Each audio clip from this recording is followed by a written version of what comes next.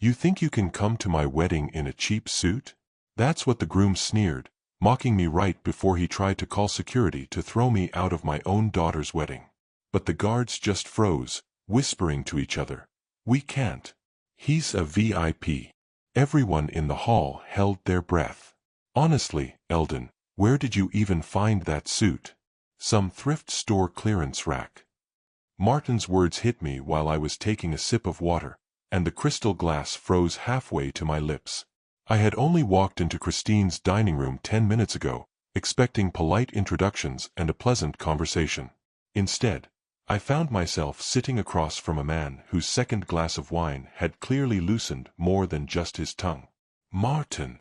Christine's voice carried a sharp edge as she came in from the kitchen, her arms loaded with serving dishes. But Martin just waved her concern away with a gesture that made wine slosh dangerously close to the rim of his glass. No, sweetheart. I'm just being honest here. Your father seems like a decent enough fellow, but presentation matters. His gaze swept over me like a cold appraiser evaluating damaged goods, focusing especially on the wedding photos. People will be looking at those for years. The warm lighting of the dining room suddenly felt harsh on my skin. Through the large windows, the perfect, sprawling lawns of Beverly Hills looked like a display of wealth I had never felt the need to show off. My modest suit, which I had bought at a department store for $100 and worn to countless formal events, suddenly felt like a costume. This suit is perfectly appropriate for formal occasions, I said, keeping my voice steady despite the heat rising in my chest. Martin laughed, a brittle, cracking sound. Appropriate? Maybe for, well, I don't know what kind of events you attend. He leaned back in his chair, gesturing with his wine glass. But when you're mixing with our circle, venture capitalists, tech executives, old money families, appearances matter. First impressions, you understand. Christine set down the dishes with more force than necessary, the porcelain clanking against the mahogany table. Dad's suit looks fine, Martin. Can we please just... I'm not trying to be cruel, Martin interrupted, his voice taking on a patronizing tone that made my jaw tighten. I understand not everyone can afford quality tailoring. But surely you could have borrowed something, or asked Christine for help choosing appropriate attire. The word borrowed hung in the air like smoke. In my 30 years on the bench, I had convicted men whose arrogance paled compared to what I was witnessing across this table. Martin's assumptions about my financial situation would have been amusing if they hadn't been delivered with such cutting precision. Perhaps, I said carefully, you should focus on getting to know me rather than evaluating my wardrobe. Martin's eyes glittered with what might have been amusement. Oh, but the two are connected, aren't they? A man's clothes tell you everything about his station in life, his priorities, his circumstances. He took another long sip of wine, emboldened by the alcohol and his perceived advantage. Christine mentioned you work in government, some sort of clerk position? The question landed like a physical blow. Christine had kept my professional identity a secret at my request.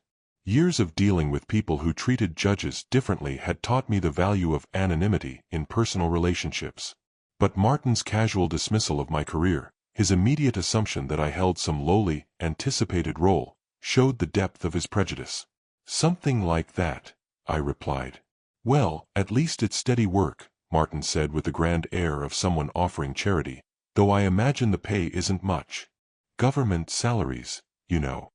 He gestured around the dining room at the expensive artwork and crystal stemware. This is what real success looks like, Eldon. Maybe I can give you some investment advice, help you build something for retirement. Christine's face had gone pale, her hands twisted together in her lap. She opened her mouth to speak, but Martin continued his attack with the relentless force of a man convinced of his own superiority. Actually, you know what? I'll handle the wedding expenses. All of them. He reached across the table and patted my hand with condescending familiarity. No need for you to strain your budget trying to keep up with our standards. Think of it as my gift to Christine, making sure her special day isn't compromised by financial limitations. The dining room fell silent except for the soft tick of an antique clock. Christine's eyes filled with tears of embarrassment, her carefully planned evening dissolving around her. Martin sat there, wine-flushed and satisfied, waiting for my grateful response to his generous offer. Instead, I felt something cold and sharp solidify in my chest. It wasn't anger. That was too hot, too immediate. This was something else entirely. Recognition. It was the same feeling I got when the evidence revealed the true, rotten nature of a defendant standing before my bench. "That's very thoughtful," I said quietly. Christine suddenly pushed back from the table, her chair scraping against the hardwood floor. "Martin, I think you should. Martin, I think you should go home now." Christine's voice cut through the tension with surgical precision. Martin blinked, his wine-confused brain struggling to process her words. "What? But we haven't even." "Now." The single word carried enough authority to slice through his alcoholic haze. "You've had too much to drink, and you're being incredibly rude to my father." I watched Martin's face cycle through confusion, indignation, and finally a petulant acceptance that reminded me of certain plaintiffs who never quite understood why their behavior had consequences. He pushed back from the table with exaggerated care, as if trying to prove his sobriety through deliberate movements. "Fine, fine, if that's how you want it." He stood, swaying slightly, and reached for his jacket draped over a chair nearby. "But honestly, Christine, someone needed to address the elephant in the room. We can't pretend these differences don't matter." Christine followed him to the front door, their voices carrying back in sharp whispers. I heard fragments, his defensive excuses, her embarrassed apologies. The front door closed with a definitive click, leaving the house in sudden quiet. When she returned to the dining room, her shoulders sagged with exhaustion. The confident marketing director who commanded boardroom presentations had been replaced by a daughter caught between two worlds, neither of which she could fully control. "Dad, I'm so sorry." She sank into her chair, unable to meet my eyes. "Martin isn't usually like this. The wine, the stress from work, it brings out his worst side sometimes." I watched her fidget with her engagement ring, the diamond catching the light from the chandelier above. How many times had I seen this same gesture in my courtroom? The unconscious touching of wedding bands by spouses defending the indefensible, where love wrestled with clear recognition. "Christine." I waited until she looked up. "Did you ever tell him anything about my work?" Her brow furrowed. "Your work?" "No, of course not. You asked me years ago not to tell anyone, remember? After that incident with Mom's sister trying to get you to fix her parking tickets." A memory surfaced. My late wife's sister cornering me at a family barbecue, her voice dropping to a conspiratorial whisper as she slid a folder of citations across the patio table. The assumption that my position existed primarily to benefit family members had soured many relationships over the years. "So he doesn't know what I do." "I told him you work for the state, some kind of administrative position." She looked down at her hands again. "He didn't seem particularly interested in the details." Of course, he hadn't been. Martin's world operates on simple hierarchies, wealth at the top, everything else relegated to various levels of irrelevance. A government clerk, rated barely above invisible in his social taxonomy. "Good," I said quietly. "Please keep it that way." Something in my tone made her look up sharply. "Dad, you're not angry with me for not defending you more, are you?" "Because I wanted to, but sometimes it's easier to just let him." "I'm not angry with you." The words came out softer than I intended. How could I explain that my concern wasn't wounded pride, but something far more troubling?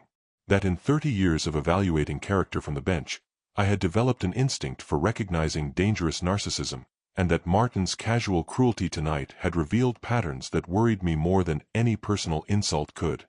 She reached across the table and took my hand. "He's really not a bad person, Dad. He comes from this incredibly competitive world where everything is about status and positioning. Sometimes he forgets that not everyone operates that way." I squeezed her fingers gently. "You don't need to explain him to me." But I feel like I do, because I love him, and I love you, and tonight was supposed to bring everyone together. Her voice broke slightly. Instead, it's just this mess. Looking at her face, so much like her mother's when she was troubled, I felt the familiar weight of parental protection. Not the hot anger that Martin's insults had provoked, but something deeper and more patient, a judge's instinct to gather evidence before making a ruling. These things take time, I said. Getting to know someone, understanding who they really are. It's a process. You'll give him another chance, though, when he's sober and properly apologetic?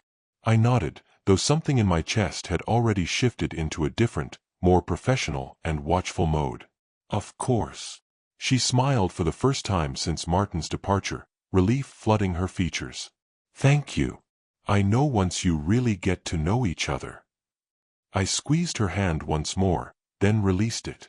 I should head home. Early day tomorrow.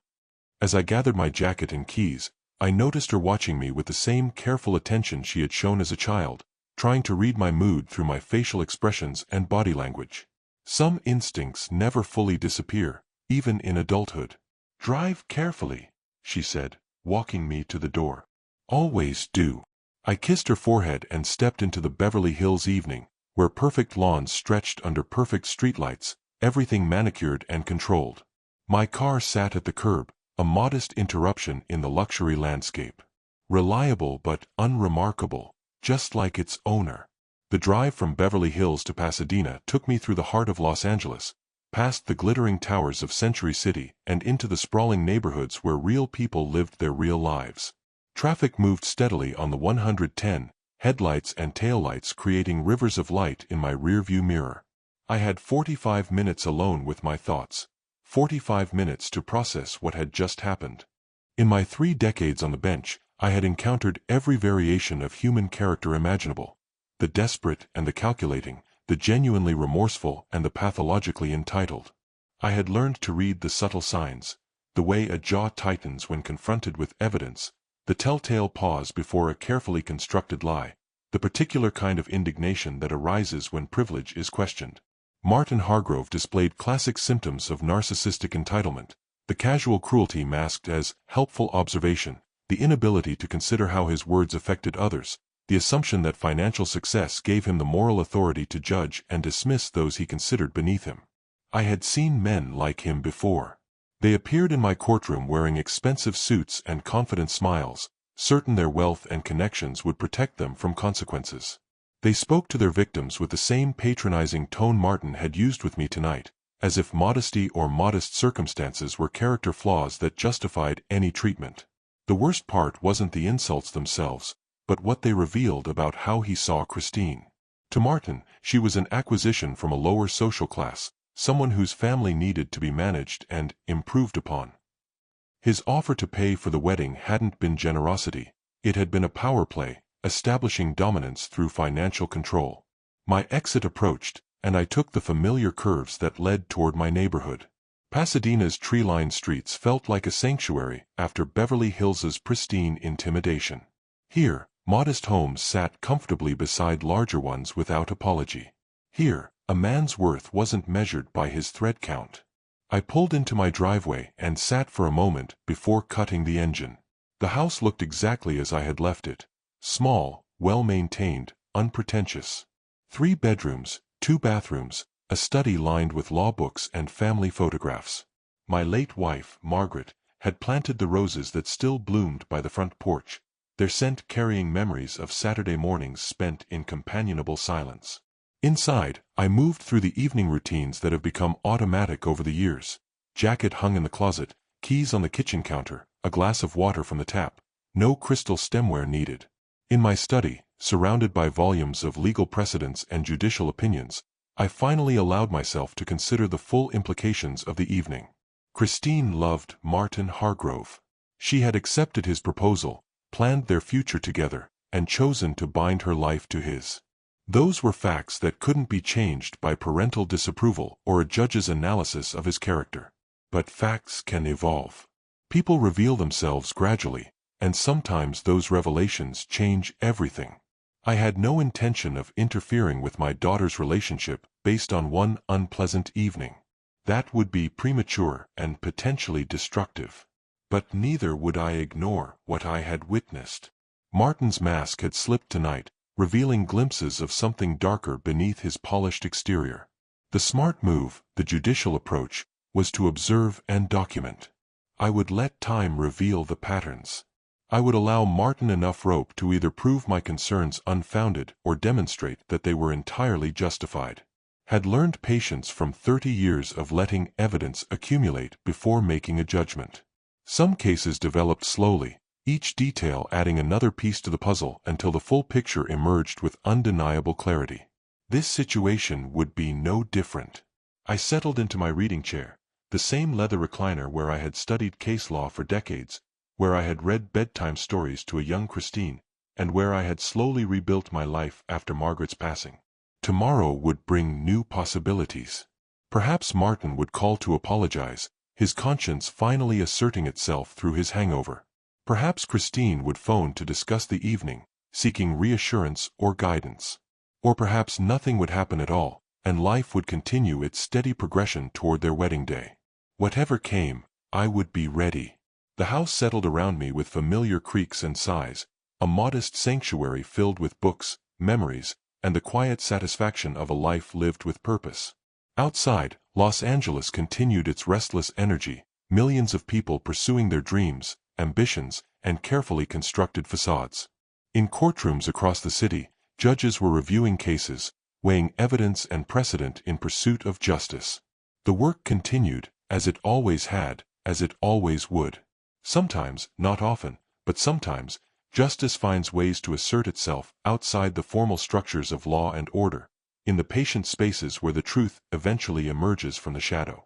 I closed my eyes and let the day's tension drain away, already planning tomorrow with a methodical precision that had served me well throughout my career. Time would tell what kind of man Martin Hargrove really was. The phone's shrill ring cut through the Saturday morning quiet like a blade.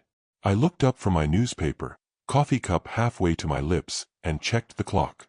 10:30 a.m. seemed an unusual time for a social call. "Hello, Eldon. It's Martin." The voice carried traces of a hangover, rough edges that wine had smoothed away the night before. "Listen, I need to apologize for last evening.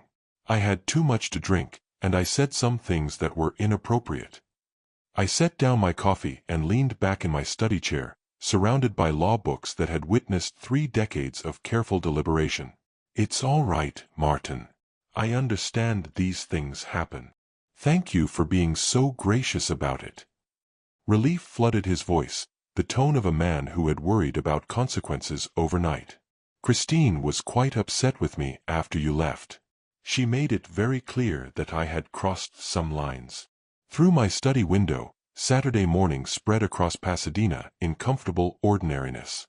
Neighbors walked dogs, children played in yards, normal people living normal lives without the complications of wedding politics and family dynamics. "She's protective," I said. "Always has been." "Yes, well, that's actually why I'm calling." Martin's voice gained confidence, the apology apparently clearing his conscience for whatever came next. "I've been thinking about the whole situation, and while I regret my delivery last night, the underlying concern remains valid." Something cold settled in my stomach. "Which concern is that?" "The suit, Eldon. Look, I know I was harsh about it, but there's going to be some very elite guests at this wedding. Tech executives, venture capitalists, old California families. First impressions matter enormously in these circles." I watched a neighbor's cat stalk through my backyard roses, patient and focused on something I couldn't see. Predator behavior has its own logic, its own inevitable progression. "It's a perfectly respectable suit, Martin. But that's just it. Respectable isn't the standard we're aiming for here." His voice took on the patient tone of someone explaining an obvious truth to a slow child. "This is a $200,000 wedding, Eldon. The photography alone costs more than most people make in months. Every detail has to be perfect. $200,000. The number hung in the air like smoke, carrying implications about values and priorities that made my modest home suddenly feel like a different universe entirely. I appreciate your concern. Here's what I'm thinking, Martin interrupted, his voice warming with the enthusiasm of someone solving problems for lesser beings. There's a men's warehouse downtown. Nothing too expensive, but they carry suits that would be more appropriate for the occasion. I could even go with you, help you pick something out, make sure the fit is right, the color works with the wedding palette. The cat in my garden had frozen in perfect stillness, every muscle coiled for the strike.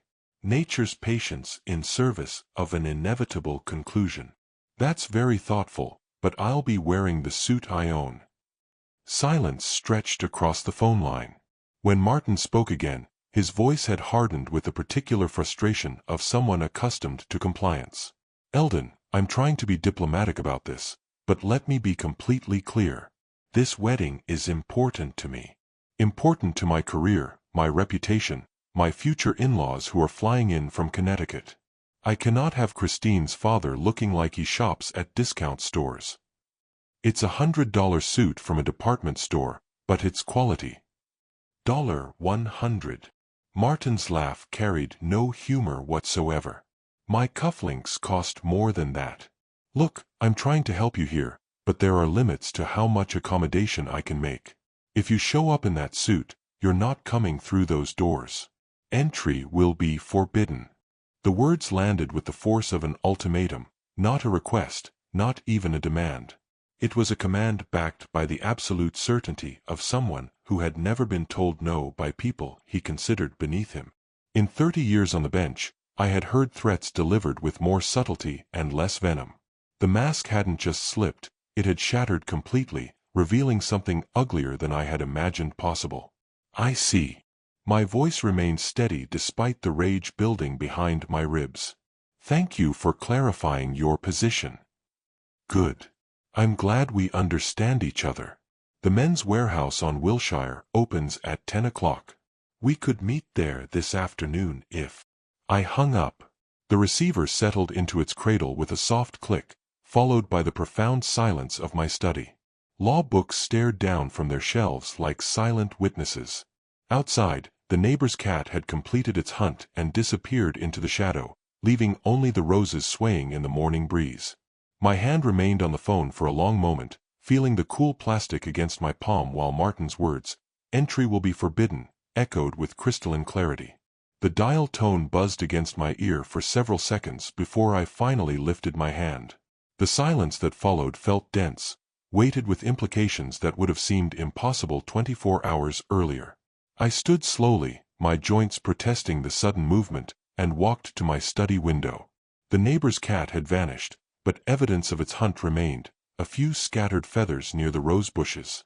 Nature's casual brutality displayed against Margaret's carefully tended garden. Entry will be forbidden. 3 decades of judicial experience had taught me to recognize threats in all their variations. The crude intimidation of street criminals, the sophisticated manipulation of white-collar defendants, the cold calculation of those who wielded power without conscience. Martin Hargrove's ultimatum contained elements of all three, wrapped in the veneer of social propriety. But what struck me most wasn't the threat itself. It was the casual certainty behind it. Martin genuinely believed he possessed the authority to dictate terms to me, to exclude me from my own daughter's wedding based on the thread count of my clothing. More disturbing still, he assumed I would either comply or slink away in shame, too intimidated by his wealth and connections to challenge him. I moved through my house slowly, seeing it through new eyes, the modest furniture Margaret and I had chosen together, the family photographs, the kitchen where we had shared 30 years of morning coffee and evening conversation. Everything suddenly felt fragile, as if Martin's worldview could somehow contaminate the spaces where I had built my life. In the hallway, I stopped before a photograph of Margaret. She wore the expression I remembered best, patient amusement at human foolishness, the look of someone who had seen enough of life to find most drama ultimately absurd. "What would you think of all this?" I asked her image quietly. I already knew. Margaret had possessed an unerring instinct for character. She could spot narcissism and cruelty beneath polished surfaces. She would have seen through Martin Hargrove in the first 5 minutes of conversation. More importantly, she would have been disappointed in me if I let him win. I continued to my bedroom and opened the closet door. There, hanging beside my casual clothes and judicial robes, was the contested suit, navy wool, classic cut. It had served me well at formal events and photographed respectably at judicial ceremonies. $100. Martin's cufflinks cost more. I lifted the suit from its hanger and held it up to the bedroom window. By any reasonable standard, it was entirely appropriate for wedding festivities. But Martin Hargrove didn't operate by reasonable standards. His world runs on different rules, hierarchies of wealth and status that grant some people the right to judge and exclude others. In his universe, I wasn't Christine's father deserving of respect. I was a problem to be managed, a source of potential embarrassment to be controlled or eliminated. I hung the suit back in its place and closed the closet door. The decision forming in my mind felt as inevitable as that neighbor's cat completing its hunt. This wasn't born from anger, though it certainly existed. This was a recognition that some behaviors required consequences, and some attitudes demanded correction. For 30 years, I had observed human nature from the bench with the detached analysis of a scientist. I had learned to separate emotions from judgment, personal feelings from professional responsibility. The skills that made me an effective judge would serve me well in what was coming. Martin Hargrove had made a fundamental miscalculation. He had assumed that his wealth granted him immunity from accountability, that his social connections insulated him from consequences. He was about to discover how wrong he was. I walked back to my study and sat down in my reading chair, the same chair where I had prepared for countless cases and written opinions. The wedding was exactly 1 month away. 30 days to let Martin's arrogance solidify into overconfidence. 30 days for him to spread word of his ultimatum among those elite guests he was so eager to impress. 30 days for him to forget that actions, even those targeted at humble government clerks, sometimes carried unexpected consequences. I picked up my newspaper and settled back into my Saturday morning routine. But everything had changed. The man reading about local politics and sports scores was no longer just Christine's father hoping for the best with her fiancé. He was a judge preparing to render a verdict. The weeks that followed moved with deceptive normality. April slipped into May while Los Angeles settled into its familiar rhythm of sunshine and traffic. I maintained my judicial schedule with the same precision that had defined my career. Colleagues noticed nothing unusual in my demeanor, no deviation from the measured thoughtfulness that had become my professional trademark. At home, I prepared for Christine's wedding with the methodical care of someone organizing case files, RSVPs to verify, gift selections to finalize, transportation arrangements to confirm. Every detail was handled with judicial thoroughness, though beneath the surface, different preparations were taking shape.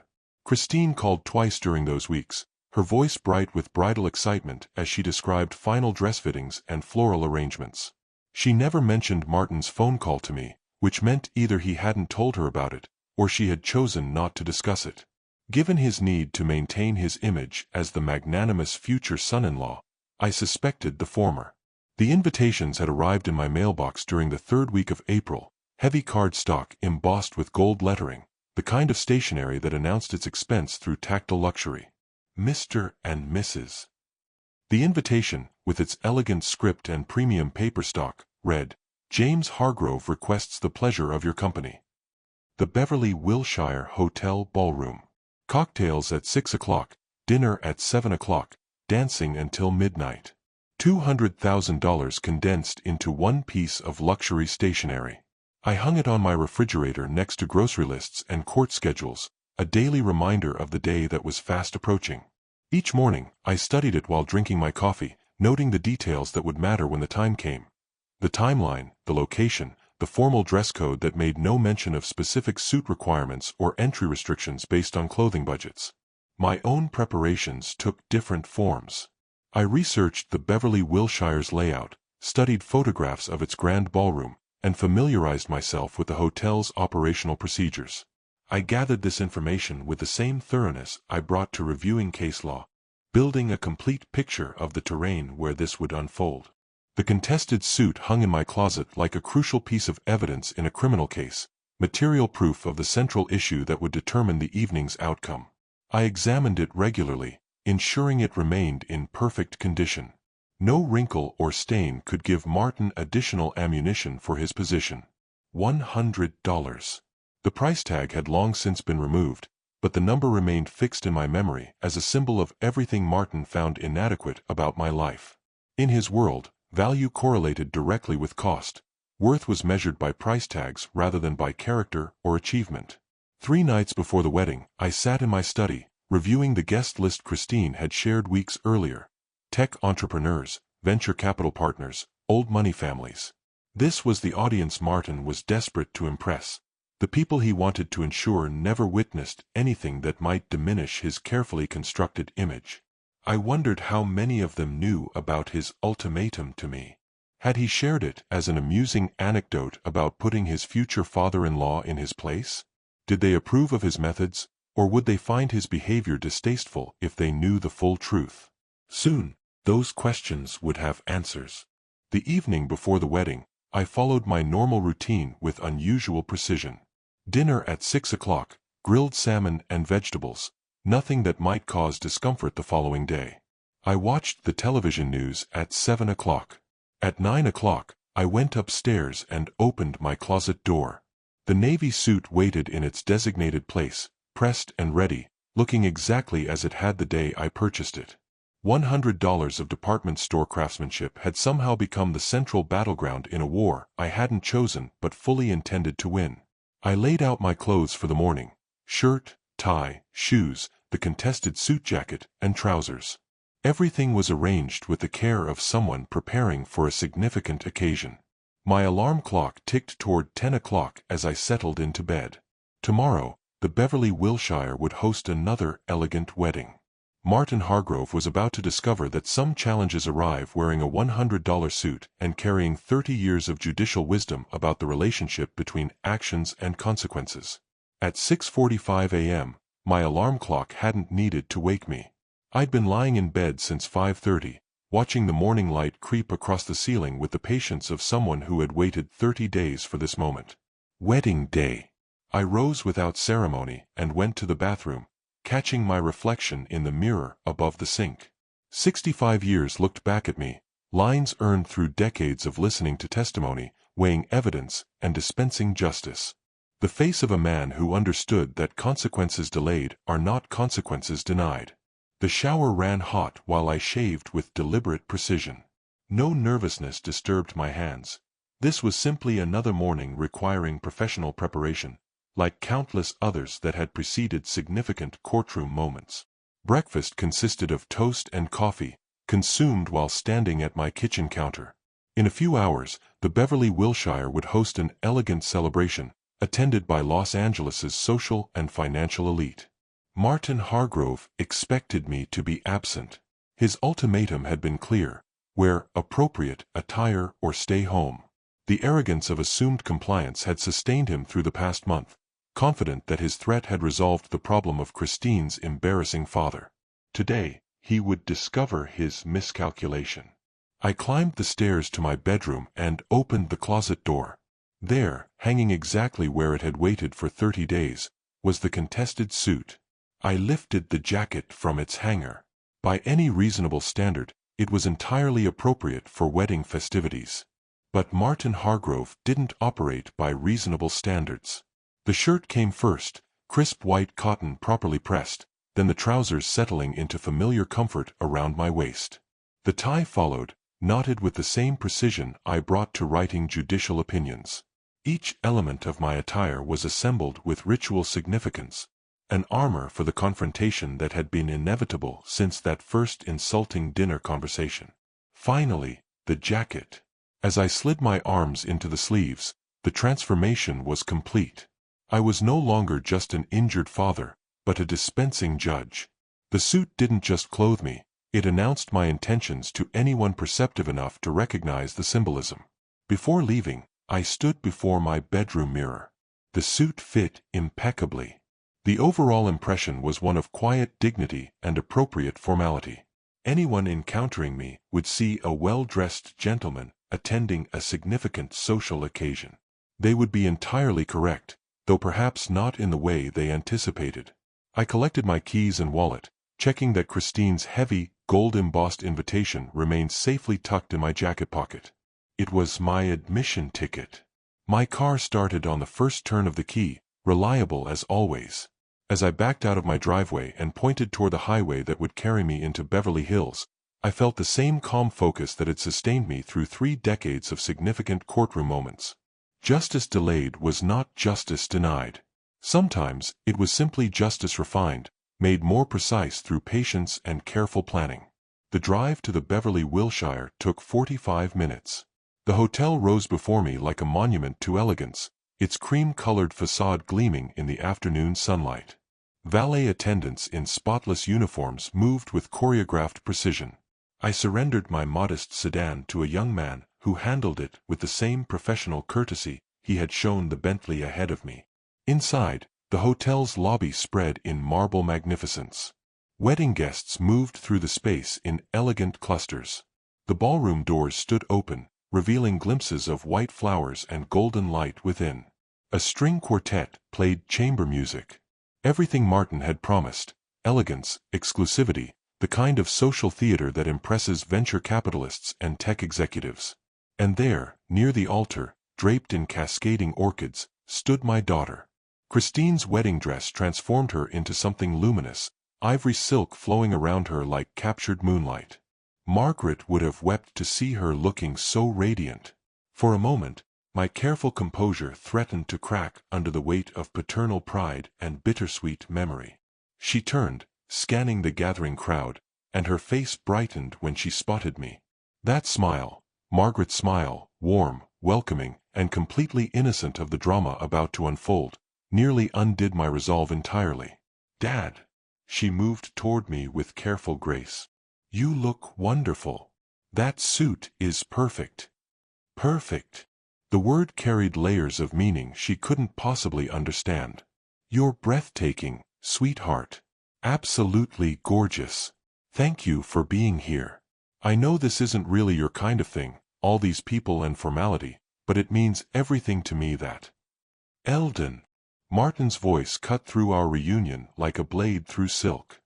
He approached with the confident stride of a man on his own territory, his eyes immediately fixed on my suit with laser intensity. The same navy wool that had triggered his ultimatum. I watched recognition dawn in his expression, followed quickly by disbelief.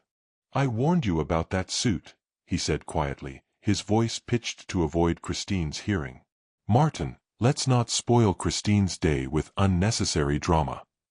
Unnecessary. His face flushed with a particular indignation of someone whose authority had been challenged. "I made my position crystal clear. We discussed this. You assured me you understood." Christine looked between us with growing alarm. "What's going on, Martin? What are you talking about?" But Martin wasn't finished. His voice rose slightly, drawing glances from nearby guests. "You didn't listen to me, Eldon. You chose to ignore my explicit instructions about appropriate attire for this event." His eyes swept over my appearance with undisguised contempt. "Now there will be consequences." The word hung in the air between us like a challenge thrown down before witnesses. Around us, conversations had stopped entirely as more guests noticed the confrontation brewing near the altar. Christine stepped forward, her voice sharp with confusion and embarrassment. "Martin, stop this right now. What are you? Stay out of this, sweetheart." Martin's tone carried the dismissive edge of someone managing lesser beings. "Your father and I have an understanding that needs to be clarified." He looked around the ballroom with calculating eyes, clearly searching for help. His gaze swept across the assembled guests before settling on the discreet security personnel stationed near the entrances. A predatory smile crossed his face as he spotted what he was looking for. Martin raised his hand with the imperious gesture of someone accustomed to commanding immediate attention. Across the ballroom, a tall man in a dark suit noticed the signal and began moving in our direction with professional purpose. Security. Martin's voice carried enough authority to turn heads throughout the gathered crowd. I need you to remove this man from the venue immediately. The approaching figure wore the understated elegance of high-end private security. Expensive suit, discreet earpiece, the controlled posture of someone trained to handle delicate situations involving wealthy clients. As he drew closer, I could see the name tag identifying him as Victor Reyes, head of security. Conversations throughout the ballroom had stopped entirely now. Tech executives and venture capitalists turned to observe the drama unfolding near the altar, their faces showing the particular fascination of people witnessing social theater they hadn't paid to see. What seems to be the problem, sir? Victor's voice carried professional calm as he assessed the situation with trained eyes. This man, Martin gestured at me with dismissive contempt, was specifically told not to attend this event wearing inappropriate attire. He chose to ignore those instructions. I want him removed from the premises. Christine's face had gone pale, her hands trembling as she processed what was happening. Martin, you can't be serious. This is my father. Your father should have listened when I explained the dress requirements. Martin's voice had taken on the particular coldness of someone demonstrating power in front of an audience. I'm paying $200,000 for this wedding. I will not have it compromised by someone who refuses to meet basic social standards. Victor's professional gaze moved from Martin to me, conducting a quick assessment. His eyes took in my navy suit, my modest appearance, and my calm demeanor in the face of public humiliation. Then, something shifted in his expression. I'm sorry, sir, Victor said to Martin, his tone remaining respectful but firm. I cannot remove this gentleman from the premises. Martin blinked, clearly expecting immediate compliance. What do you mean you can't? I'm the client here. This is my wedding. I understand that, sir, but this gentleman is a VIP guest. Hotel policy prohibits any action that might inconvenience someone of his standing. The word standing seemed to confuse Martin entirely. He looked between Victor and me with growing bewilderment, as if the security chief had started speaking a foreign language. VIP guests? What are you talking about? Look at him. Martin's voice rose in frustrated disbelief. He's wearing a $100 suit. He works some clerk job in government. What possible standing could he have? Victor's expression shifted into something that might have been professional amusement. Sir, I'm not at liberty to discuss the specifics of our VIP guest arrangements, but I can assure you that Mr. He paused, looking at me with obvious recognition. Mills, I supplied quietly. Mr. Mills is absolutely welcome at any event held in this hotel. Victor's tone had taken on a subtle edge that suggested Martin was venturing into dangerous territory. In fact, I would recommend against any further complications regarding his presence. Martin's face flushed deep red, his confidence beginning to crack under the unexpected resistance. This is ridiculous. I don't care what your policy is. I'm paying for this event, and the hotel appreciates your business, sir, but certain guests receive accommodations that supersede individual event arrangements. Victor's professional calm now carried undertones of warning. I suggest we allow the ceremony to proceed as planned. The gathered crowd watched in fascination as Martin's authority crumbled in real time, his assumptions about power meeting immovable resistance from someone who clearly knew things he didn't. Who is he? Martin demanded, his voice cracking with confusion and mounting panic. What aren't you telling me? Martin's face had turned a dangerous shade of crimson, veins standing out against his temples as he jabbed his finger at Victor with escalating fury. This is completely unacceptable. I don't care about your hotel policies. I'm the paying customer here. Victor's stance shifted into something more alert. Sir, I'm going to need you to step outside and calm down. Step outside. Martin's voice cracked with disbelief. This is my wedding. I paid $200,000 for this venue. You work for me today. The security chief's expression hardened. Actually, sir, I work for the hotel, and hotel policy is very clear about guests who become disruptive to other patrons. The elegant wedding crowd formed a loose circle, their conversations forgotten as they watched the social disaster unfold. Tech executives and venture capitalists who had come to celebrate now found themselves front-row witnesses to their host's complete meltdown. "You cannot remove me from my own wedding." Martin lunged towards Victor, his coordination compromised by rage. "I'll have your job for this. I'll sue this entire hotel chain." Victor moved with the fluid precision of someone trained in restraint techniques. In one smooth motion, he caught Martin's arm, twisted it behind his back with professional efficiency, and began guiding him toward the ballroom's exit. "Let go of me. This is assault. I'll have you arrested." Martin's voice rose to near hysteria as he struggled. "Do you have any idea who I am? What connections I have in this city? I know exactly who you are, sir." Victor's tone remained professionally neutral, even as he applied additional pressure. "You're someone who needs to leave this venue immediately." The crowd parted as Victor escorted his struggling captive toward the garden doors. Martin's expensive tuxedo was rumpled, his hair disheveled, and his face flushed with impotent rage. The transformation from confident groom to public spectacle had taken less than 5 minutes. "This isn't over," Martin shouted as Victor pushed him through the doorway into the hotel's garden courtyard. "I'll sue every one of you. The hotel, the security company, everyone." Christine followed behind them, her wedding dress trailing across the marble floors as she tried to process what was happening. The other guests streamed after them, drawn by the unfolding drama. In the courtyard, Martin's voice carried even louder. "You have no idea what kind of legal trouble you're in. I'll own this place when my lawyers are finished.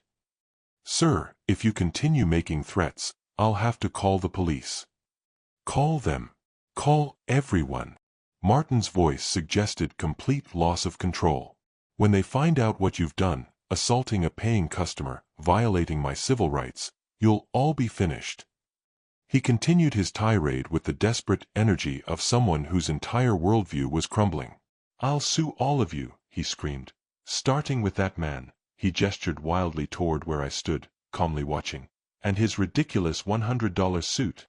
Let's see you try suing the Chief Justice of the California Supreme Court." The voice cut through Martin's ranting with surgical precision. Elena Vasquez stepped forward from the crowd, her elegant silver hair catching the sunlight as she moved with the confident stride of someone who commanded courtrooms.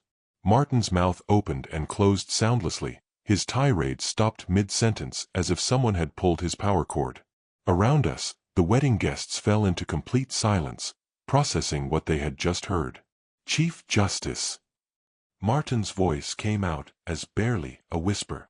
Elena smiled with the particular satisfaction of someone delivering a perfectly timed revelation. "Judge Eldon Mills, Chief Justice of the California Supreme Court, the highest judicial officer in the state." She gestured toward me with obvious respect. "I've had the honor of arguing cases before his court for 15 years. The color drained from Martin's face as the magnitude of his situation began to dawn. His eyes darted between Elena and me, struggling to reconcile the modest man in the $100 suit with the title he had just learned. "Chief Justice," he repeated, his voice cracked. But he's the most respected judge in California," Elena finished smoothly. "Known for his wisdom, his fairness, and his absolute integrity. Someone whose reputation in legal circles is beyond reproach." Victor released Martin's arm, stepping back as the fight went out of his captive entirely. Martin stood there swaying slightly, his expensive tuxedo wrinkled, his carefully constructed image lying in ruins around him. "Eldon." Martin turned toward me with desperate eyes. "Your Honor, forgive me. I didn't know. I never would have." "Wouldn't have what?" I asked quietly. "Insulted my appearance? Threatened to exclude me from my daughter's wedding? Demanded I prove my worth through expensive clothing?" Each question landed like a physical blow. Martin flinched visibly, his mouth working as he searched for words that might somehow undo the past month of arrogance and cruelty. "I was wrong," he whispered. "Completely wrong. Please, Your Honor, I'll do anything to make this right. The suit, it looks fine. Perfect, even. I don't know what I was thinking." "The suit was never the real issue," I said, my voice carrying the measured tone I used in judicial pronouncements. "Character matters more than clothing, Martin. Respect matters more than wealth." "Yes, absolutely. You're right." Martin nodded frantically, his desperation making him agree with anything that might reduce his humiliation. "I understand that now. Please, how can I fix this?" "You can start by apologizing to Christine," I said quietly. "She's the one whose wedding day you've compromised with your behavior. She's the one who deserves your genuine remorse." Martin turned toward his bride, who stood frozen in her ivory dress, tears streaming down her face as she processed the full scope of what had unfolded. The day she had dreamed about had become a public spectacle of her fiancé's character flaws. "Christine, I'm so sorry," Martin began, his voice breaking. "I never meant for—" I could see in Christine's eyes that mere apologies wouldn't be enough. The damage ran deeper than a disrupted ceremony. She had witnessed something fundamental about the man she had promised to marry, seeing him at his worst when pressure revealed his true nature. The crowd remained silent, waiting to see how this drama would resolve itself. Before Martin could continue his apology, I stepped forward and gently took the microphone from the string quartet's stand. The courtyard fell completely silent as every guest turned their attention toward me. "Friends," I began, my voice carrying the calm authority that had served me well. "Today, we've all witnessed something important unfold, a lesson that I hope will stay with each of us." The crowd shifted closer, sensing that something significant was about to be shared. Even Martin stopped his frantic apologizing to listen.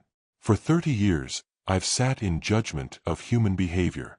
I've seen how people reveal their true character under pressure. How they treat those they consider beneath them. How they use power when they think no one of importance is watching." I paused, looking around at the gathered faces, tech executives, venture capitalists, old money families, all hanging on my words. Today, my future son-in-law made the mistake of judging me by the price of my clothing rather than the content of my character. He assumed that because I didn't display wealth, I was somehow less worthy of respect. My voice remained steady, judicial. This is a dangerous assumption that leads to dangerous behavior. Christine stepped closer, tears still streaming down her face, but her expression showing something that might have been pride breaking through her distress. The true measure of a person isn't found in their bank account or their wardrobe. It's found in how they treat service workers, how they speak to family members, and how they behave when they think there are no consequences for their actions. Character is revealed not in moments of triumph, but in moments of pressure, not when we're surrounded by equals, but when we encounter those we mistakenly believe to be our inferiors. Martin stood frozen, his face ashen as my words laid bare the full scope of his moral failing in front of everyone who mattered to him professionally and socially. The applause started slowly from Elena and a few other legal professionals in the crowd who understood the weight of what they had witnessed. It built steadily as others joined in, a relieved murmur of wisdom when they heard it spoken aloud. "So let this be a lesson for all of us," I concluded, my voice carrying across the courtyard with the resonance of someone accustomed to being heard. "Judge others not by their possessions, but by their actions.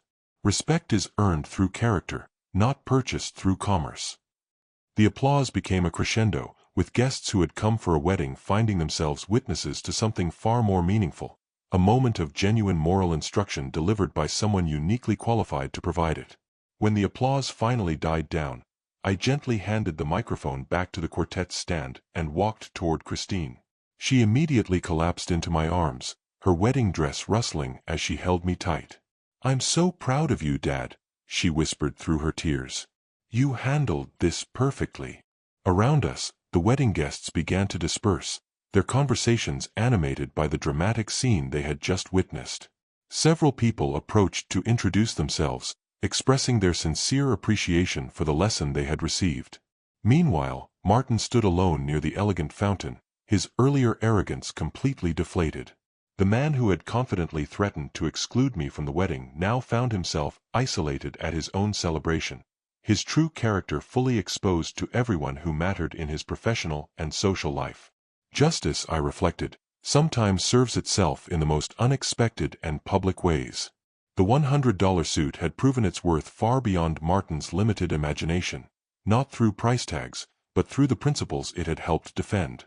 The wedding could continue now, though it would proceed with a very different understanding of who truly commanded respect in that elegant courtyard. If you like this story, please like this video, subscribe to the channel, and share your impressions of this story in the comments. To listen to the next story, click on the box on the right. Thank you for watching.